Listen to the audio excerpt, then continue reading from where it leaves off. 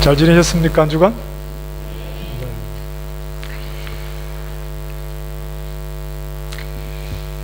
이제 레위기 저희가 마지막 장을 보았습니다. 레위기 27장 말씀을 저희가 보았는데, 레위기의 주제를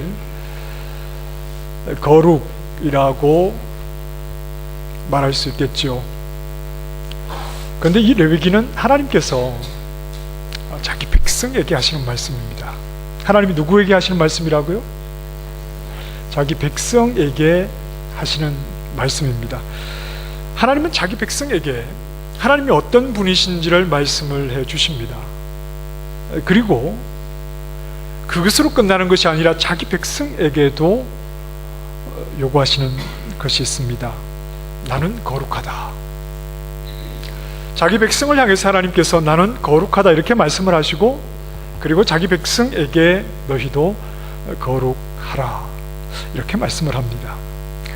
레위기 11장 44절 말씀에 보면, 나는 여호와 너희의 하나님이라. 내가 거룩하니 너희도 몸을 구별하여 거룩하게 하고 땅에 기는 길 짐승으로 말미암아 스스로 더럽히지 말라. 나는 너희의 하나님이 되려고 너희를 애굽 땅에서 인도하여 낸 여호와라. 내가 거룩하니 너희도 거룩할지어다. 그런데 이 말씀을 레위기 11장에서 하고 계시다 하는 겁니다. 이 말씀을 하시기 전에 무엇을 말씀하셨는가 하면 5가지 제사에 대해서 말씀을 하셨습니다. 그리고 그 제사를 수행할 제사장들에 대해서 그 말씀을 하신 후에 하나님께서 내가 거룩하니 너희도 거룩하라 이런 말씀을 하시는 겁니다. 제사라는 게, 하나님 앞에 제사를 드리는 것은 하나님 앞에 내가 죄인인 것을 고백함으로 드리는 것이 제사입니다. 하나님의 백성이 거룩하신 하나님 앞에 제사를 드린다는 것은 하나님 앞에 내가 죄인인 것을 고백하면서 하나님께 드리는 겁니다. 죄 용서를 구하는 제사지요. 그래서 이 죄라는 것은 거룩과는 거리가 먼 겁니다. 하나님 앞에 죄가 있어서 하나님 앞에 제사를 해야 하는 이 죄인들과 거룩은 굉장히 거리가 멀지요.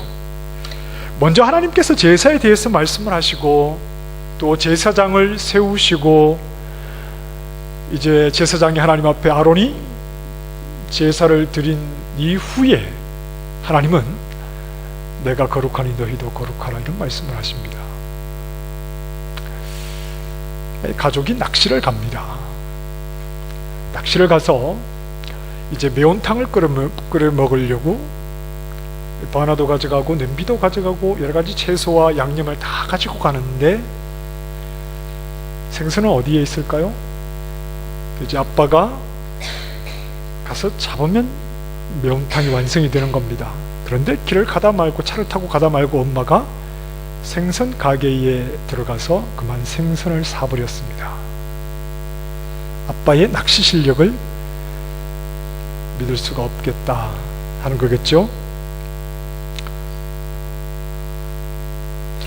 최소한 하나님께서 우리에게 거룩을 기대하시려면 레위기 1장에서 이 거룩에 대한 말씀을 하셔야 합니다. 너희도 거룩해라. 그런데 만약 너희가 거룩하지 못하면 속죄의 제사에 대해서 한번 생각을 해보자 이렇게 가셔야 됩니다. 그런데 하나님께서는 먼저 속죄의 제사, 이 번제 제사에 대한 말씀을 레위기 1장에서는 하십니다. 번제한 자가 하나님 앞에 나와서 제물을 끌고 와서 그 제물 위에 머리에 손을 얹고 안수를 합니다. 의미가 뭐였죠? 죄가 옮겨지는 겁니다. 자기는 죄인이라는 말입니다. 하나님 앞에 번제를 드려야 하는 자신은 죄인이라는 말입니다. 옮겨지고, 제물이 죽으면 가죽을 벗기고 사지를 절단하여서 각을 떼서 올려놓으면 제사장들이 하나님 앞에 불태워 드리는 이 번제에 대한 말씀을 맨 먼저, 그러니까 너희는 죄인이라는 사실입니다. 그런데 죄인과는 너무나 거리가 먼 거룩을 하나님께서는 제사에 대해서, 그리고 그 제사를 직접 수행하게 하신 후에 거룩에 대해서 말씀을 하고 계시다는 겁니다. 하나님이 우리에게 거룩을 기대하신다면 맨 먼저 거룩에 대한 말씀을 하셔야 되겠죠. 거룩해라. 그런데 만약 거룩하지 못하면 제사를 생각을 해보자, 이렇게 가시는 것이 아니라 그 반대의 순서로 하나님은 우리에게 말씀을 하고 계시다 하는 겁니다. 하나님은 자기 백성에게 거룩을 말씀하시지만 자기 백성에게 거룩을 기대하시지 않는 것 같아 보입니다. 백성들 스스로가 하나님이 요구하시는 거룩을 만들어낼 것이라는 기대를 하나님은 하지 않으신다고 봐야 합니다. 이 문제는 오늘 우리에게도 해당됩니다. 우리는 무엇입니까? 우리는 성도입니다. 거룩한 무리. 여러분, 믿음 생활 하시면서 언제 거룩해지셨습니까? 그리고 믿음 생활 하시면서 지금도 거룩하십니까? 우리는 성도입니다. 그런데 과연 나는 믿음 생활 속에서 언제 나는 거룩을 이루었습니까? 예수님께서 이렇게 말씀을 합니다. 그러므로 하늘에 계신 너희 아버지의 온전하심과 같이 너희도 온전하라. 하늘에 계신 우리 아버지의 온전하심과 같이 너희도 온전하라. 사도 바울이 고린도 교회에 편지를 쓸 때 이런 말씀을 합니다. 형제들아, 지혜에는 아이가 되지 말고 악에는 어린아이가 되라. 지혜에는 장성한 사람이 되라 그랬습니다. 장성하다는 말은 다 컸다는 말이죠. 이제 다 성장을 했다는 말입니다. 저는 언제부턴가 제 키를 재본 적이 없습니다. 왜냐하면 제가 더 클 것이라는 기대를 하지 않기 때문입니다. 저는 신발을 살 때 6개월 뒤에 신발이 작아지면 어떡하지, 그런 생각을 하고 신을 사지 않습니다. 저는 장성했기 때문에 그렇습니다. 키도 다 컸고 발도 더 이상 크지 않고 장성한 겁니다. 장성했다는 말은 아직 미치지 못한 것이 없다는 말입니다. 아직 미치지 못한 것, 더 커야 할 키가 없고 뭔가 더 성장해야 할, 아직 더 채워져야 할 그런 부분이 없다는 말이 이 장성했다는 말입니다. 다 채워진 상태죠. 이 고린도 교회를 향해서 지혜에는 장성한 자가 되라, 이 장성했다는 말이 헬라 말로는 온전하다는 말입니다. 동일한 단어입니다. 너희 아버지의 온전하신 것 같이 너희도 온전하라는 이 말은 장성한 것과 더 이상 부족한 것이 없이 채워져야 할 것이 없는 상태, 우리 하나님은 온전하십니다. 그렇습니까? 우리 하나님은 모든 면에서, 감히 우리가 하나님을 향해서 이런 말을 한다는 것 자체가 모순입니다. 우리 하나님은 모든 그분의 지식과 그분의 능력과 그분의 계획과 그분의 일하신 모든 면에서 채워져야 할 부족함이 없는 온전하신 분입니다. 그런데 우리는 온전하지 못합니다. 우리는 늘 부족함을 발견합니다. 다니엘서에 보면 이 바벨론 왕 벨사살 시대에 벽에 손가락들이 나타나서 글씨를 쓰지 않았습니까? 메네메네 데겔 우바르신 그랬습니다. 그 데겔이라는 말은 왕을 저울에 달아보니 부족하다. 왕을 저울에 달아보니까 부족함이 드러났다. 어디 벨사살 뿐입니까? 하나님의 저울에 우리를 달아보면 누가 만족할 만한, 누가 충분한 상태로 있을 사람이 우리 가운데 누가 있을까요? 우리는 누구나 다 하나님 앞에 부족함을 드러낼 수밖에 없는 자들입니다. 야고보 말씀에 보면 너희 중에 누구든지 지혜가 부족하거든 모든 사람에게 후히 주시고 꾸짖지 아니하시는 하나님께 구하라, 그리하면 주시리라. 우리는 늘 부족합니다. 지혜만 부족할 뿐 아니라 늘 부족한 자들이 바로 우리이고, 우리의 부족함을 채워주시는 분은 우리 하나님이십니다. 우리는 모든 면에서 온전하지 못합니다. 우리는 온전해질 수가 없습니다. 그런데 예수님은 우리에게 말씀하십니다. 하늘에 계신 너희 아버지의 온전하심과 같이 너희도 온전하라. 괜히 우리를 기죽이시려고 이런 말씀을 하실까요? 예수님께서 이런 말씀을 하셨다는 것은 우리가 온전해질 수 있기 때문입니다. 그러나 우리의 방법으로는 아닙니다. 하나님께서 자기 백성을 향해서 내가 거룩하니 너희도 거룩하라. 이미 범죄, 하나님 앞에 죄인인 것이 드러난 상태에서 이 말씀을 하셨다는 것은 너희는 거룩과 관계가 없는, 너희는 거룩과 너희는 무관한, 너희가 절대 거룩에 이를 수 없는 그러한 것을 말씀하시기 위함이 아니라, 분명히 하나님께서 그의 백성에게 이 말씀을 하셨다는 것은 우리도 거룩을 얻을 수 있게 되지만, 그러나 절대 우리의 방법으로는 불가능하다 하는 것을 말씀하는 겁니다. 레위기의 구조를 보면 좀 어색한 부분들이 있습니다. 전체 27장의 레위기는 먼저 1장에서 7장까지는 이제 말씀드렸던 대로 제사에 대해서 시작을 합니다. 백성의 입장에서는 스스로 죄인 된 것을 드러내야 하는 그러한 내용들입니다. 그리고 8장에서 10장까지는 하나님의 백성과 하나님 사이의 중보자 역할을 하는 제사장들에 대한 말씀, 그리고 11장에서 15장 모든 백성이 거룩한 삶을 하나님 앞에서 정결하게 살아가야 할 것에 대해서, 그리고 16장에서는 속죄일에 대해서, 속죄일이 어떤 날인지 아시죠? 대제사장이 1년에 한 차례 지성소로 들어가 죄사함을 얻는 날. 그리고 17장에서는 피에 대해서, 피를 어떻게 대해야 할지, 18장에서 20장은 가족과 친족의 하체를 범하지 않아야 하는 것, 21, 22장에서는 제사장들의 구별된 삶, 23에서 25장은 절기와 안식년과 희년에 대해서, 26장은 순종과 불순종에 따른 복과 심판에 대해서 말씀하고, 마지막 27장은 서원에 대한 말씀을 하십니다.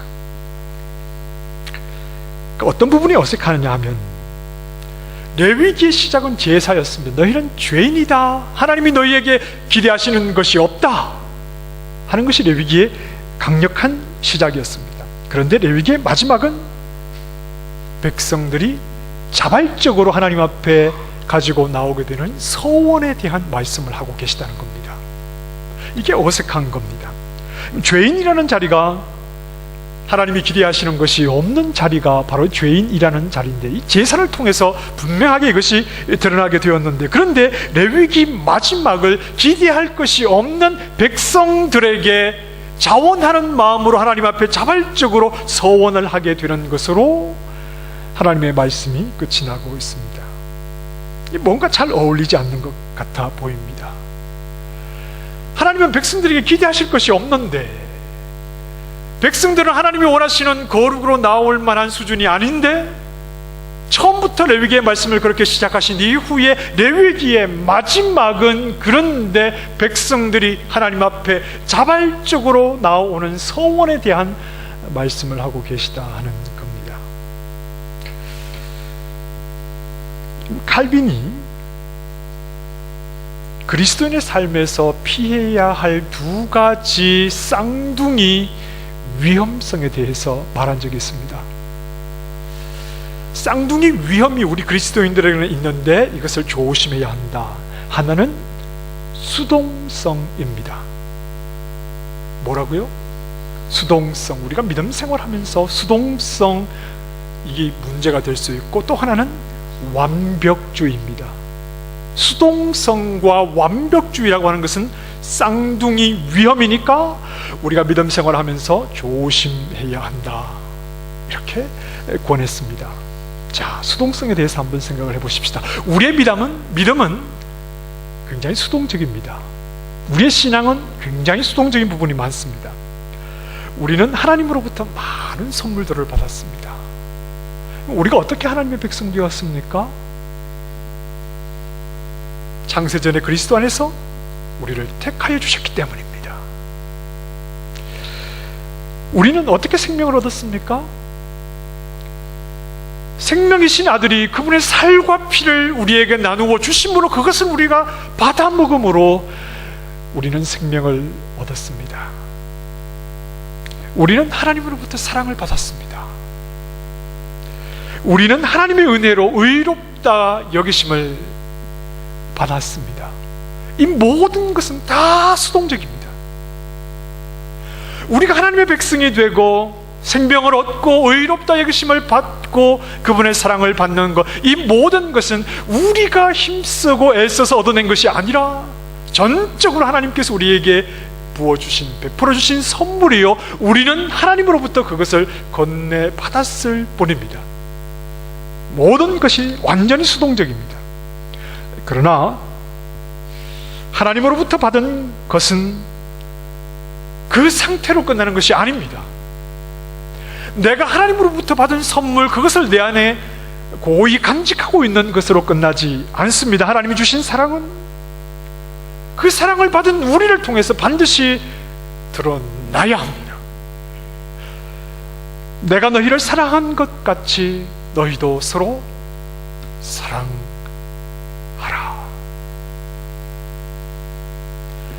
우리는 죄인입니다. 그러나 우리는 예수 그리스도의 십자가에서 흘리신 그 대속의 피를 인해서 죄 용서함을 받았습니다.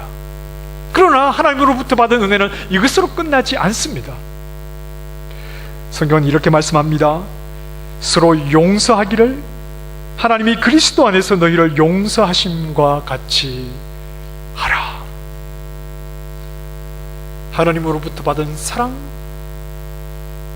그것은 사랑으로 나타나야 하고, 하나님으로부터 받은 용서, 그 또한 나에게 아픔을 주고 나를 힘들게 하는 그 대상을 향해서 용서라는 모습으로 분명히 드러나야 합니다. 은혜는 본성을 해방시킵니다. 칼빈이 한 말입니다. 따라서 하십시다. 은혜는 본성을 해방시킨다. 우리의 본성은 죄악됨입니다. 우리의 본성은 자기중심입니다.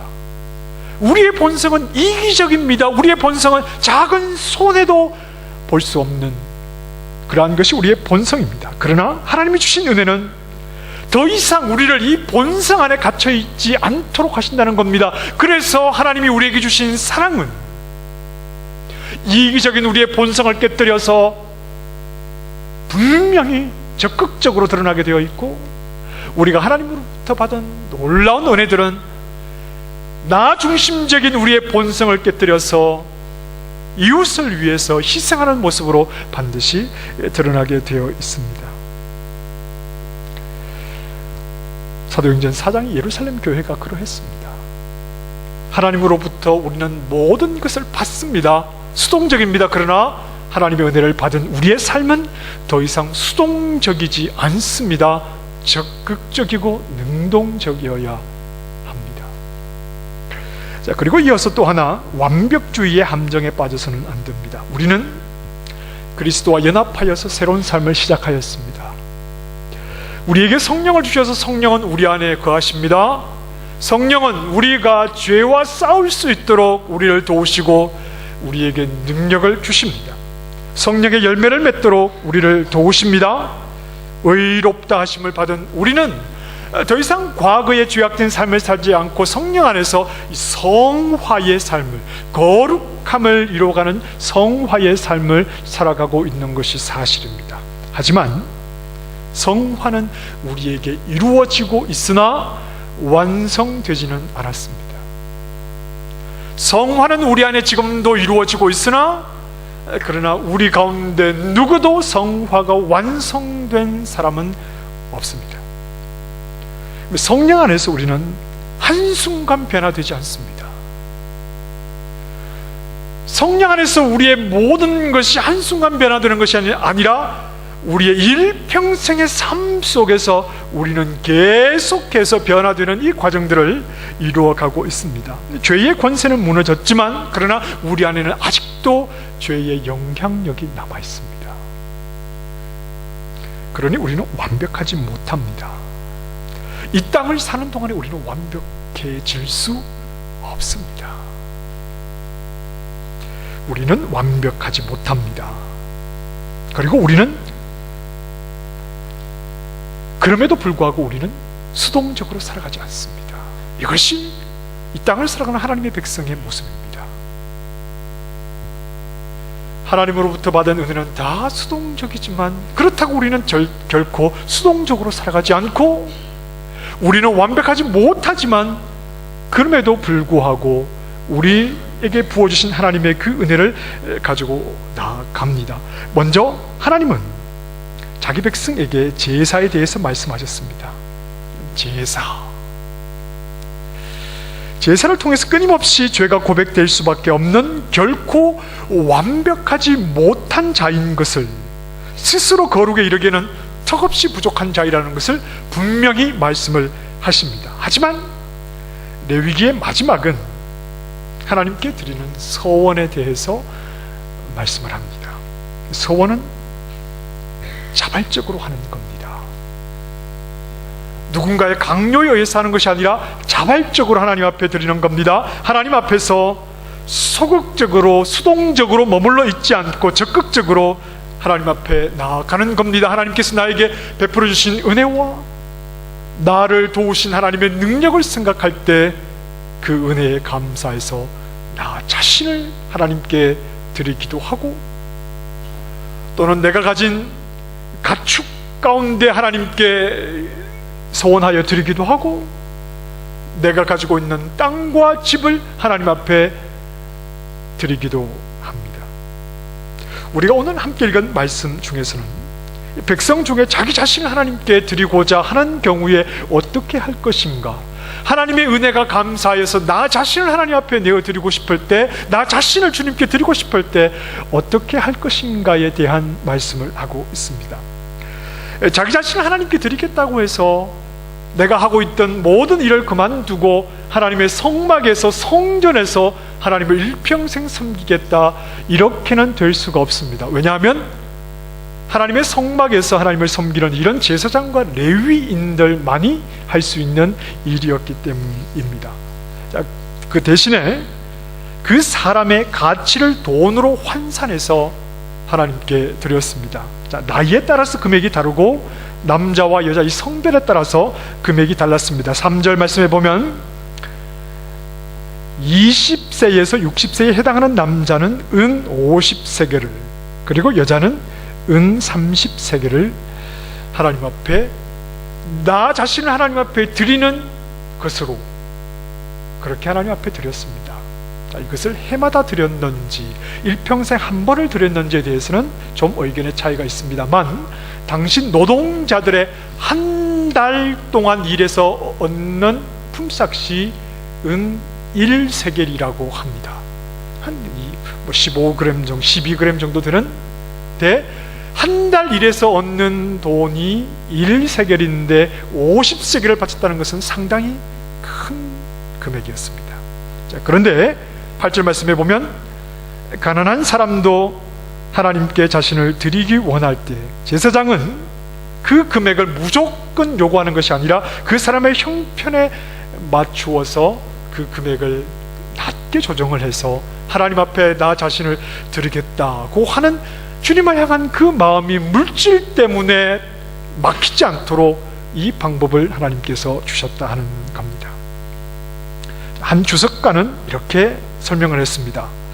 나이와 성별에 따라 금해지는 금액의 기준은 왜 남자는 은 50이고 여자는 은 30이냐, 이 기준은 당시 시장에서 노예들을 사고 팔 때의 노예의 값과 동일하다 그랬습니다. 20세에서 60세 사이 된 남자 노예는 은 50세겔을 주고 사고 팔았다는 겁니다. 당시의 노예들 종의 값과 동일한 값으로 결정이 되었다는 겁니다. 이 말은 하나님 앞에 나 자신을 하나님의 종으로 드리겠다, 나 자신을 하나님 앞에 드리고 싶은데 하나님이 정한 금액을 하나님 앞에 드리는 것은 그 금액을 하나님 앞에 드리면서 나 자신을 일평생 하나님께 종으로 드리겠다 하는 말입니다. 비록 성전 봉사를 하는 것은 아니지만, 그저 평범하게 일상을 살아가고 있지만, 그러나 나는 무엇을 하든지 어떤 자리에 있든지 하나님의 종으로서 살아가겠다 하는 겁니다. 종은 주인에게 속한 자입니다. 종은 주인의 것입니다. 종은 주인의 말씀을 따르는 자요, 주인을 위해서 살아가는 자요, 주인의 권세 아래에 있는 자입니다. 종은 주인의 책임과 주인의 돌봄과 주인의 결정 아래에 있는 자입니다. 종은 주인에게 완전히 예속된 자이기에 주인으로부터 어떤 순간도 자유할 수가 없는 자가 바로 종입니다. 로마서 6장에 보면 이런 말씀이 있습니다. 자, 여러분 화면을 보시고 한번 읽어보십시다. 로마서 6장 16절 말씀, 시작. 너희 자신을 종으로 내주어 누구에게 순종하든지 그 순종함을 받는 자의 종이 되는 줄을 너희가 알지 못하느냐? 혹은 죄의 종으로 사망에 이르고 혹은 순종의 종으로 의에 이르느니라. 하나님께 감사하리로다. 너희가 본래 죄의 종이더니 너희에게 전하여 준 바 교훈의 본을 마음으로 순종하여 죄로부터 해방되어 의에게 종이 되었느니라. 우리는 거룩하신 하나님의 종된 자입니다. 우리는 과거에는 죄의 종이었고 사망의 종이었는데, 그래서 그 영역을 벗어날 수가 없었는데, 그러나 우리가 하나님의 은혜를 입어 의의 종이 되었습니다. 우리는 거룩을 스스로 이루어내지 못합니다. 그러나 우리의 주인은 거룩하신 분입니다. 우리는 스스로 의로운 자가 되지 못합니다. 그러나 우리가 종된 우리의 주인, 그분은 의로우신 분입니다. 우리의 주인이 거룩하시기에 주인께 예속된 우리는 그분으로부터 거룩을 기대할 수 있고, 우리의 주인이 의로우신 분이기에 그분의 종된 우리는 그분 때문에 의로움을 기대할 수 있는 자들입니다. 우리가 거룩해지는 유일한 방법은 그분의 종으로 있을 때뿐입니다. 우리가 의로워질 수 있는 유일한 방법은 우리 하나님 의로우신 그분의 종으로 있을 때, 그때 우리는 의로운 자가 될 수 있는 겁니다. 당연히 하나님이 하시는 일입니다. 하나님이 우리를 불러주시고 하나님이 우리에게 은혜의 선물을 주셔야만 가능한 일입니다. 당연히 우리에게는 너무나 수동적인 일입니다. 하나님이 하시는 일입니다. 그러나 수동성의 함정에 빠져서는 안 됩니다.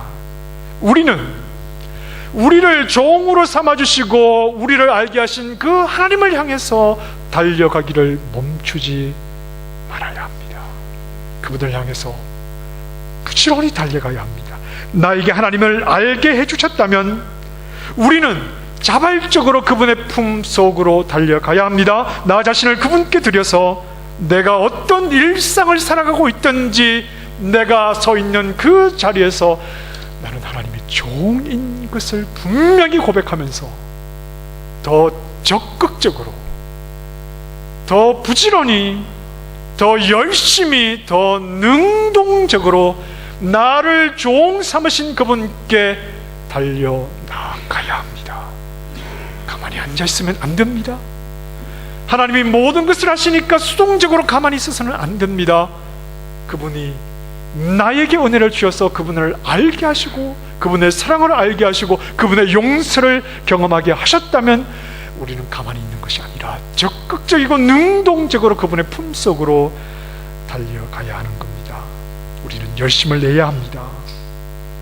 어떤 일에 열심을 내야 하느냐 하면 내가 하나님의 종된 것에 열심을 내야 합니다. 내가 하나님의 소유된 것을 확신하는 일에 열심을 내야 합니다. 나를 그분의 백성으로 불러주신 하나님을 위해서 살아가는 일에 내가 오늘도 살아가는 그 삶의 현장에서 오늘도 내가 서 있는 그 자리에서 내가 하나님의 종인 것을 고백하며 그분을 위해서 살아가는 일에 우리는 열심을 내야 하는 겁니다. 여러분, 하나님을 예배하는 일을 소홀히 여기지 마시기 바랍니다.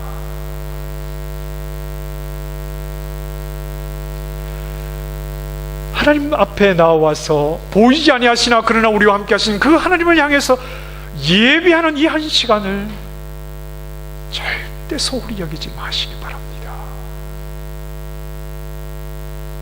하나님을 예배하는 일에 우리는 최선을 다해야 합니다. 그분께 드리는 물질을 아까워하지 마십시오.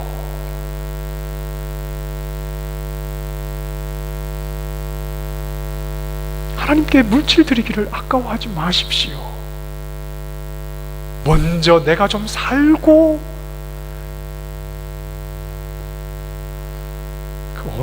그때가 언제 올까요? 먼저 내가 좀 안정되고 인간의 욕심 끝이 없습니다. 존귀하신 그분께 물질 드리기를 아까워하지 마십시오. 그분께 드리고 그분을 인정하면 하나님의 일하심을 보게 될 겁니다. 그분 앞에 엎드려 기도하기를 게을리하지 마십시오. 기도할 수 있는 믿음을 주신 분이 하나님이시요 예배할 수 있는 은혜를 주신 분이 하나님이시라면 그 모든 것을 하나님으로부터 받았다면 그분을 향해 달려가는 일을 게을리하지 말고 자원하는 마음으로 능동적으로 내가 그분의 종인 것을 고백하며 부지런히 하나님 앞에 나아가야 합니다. 하나님은 우리의 주인이십니다. 그리고 그분은 우리의 모든 것을 책임지시는 분입니다. 그분을 사랑하는 마음이 있고 그분의 은혜를 소중히 여기고 있다면 우리 하나님을 향해서 부지런히 달려가는 믿음의 종들 되기를 바랍니다.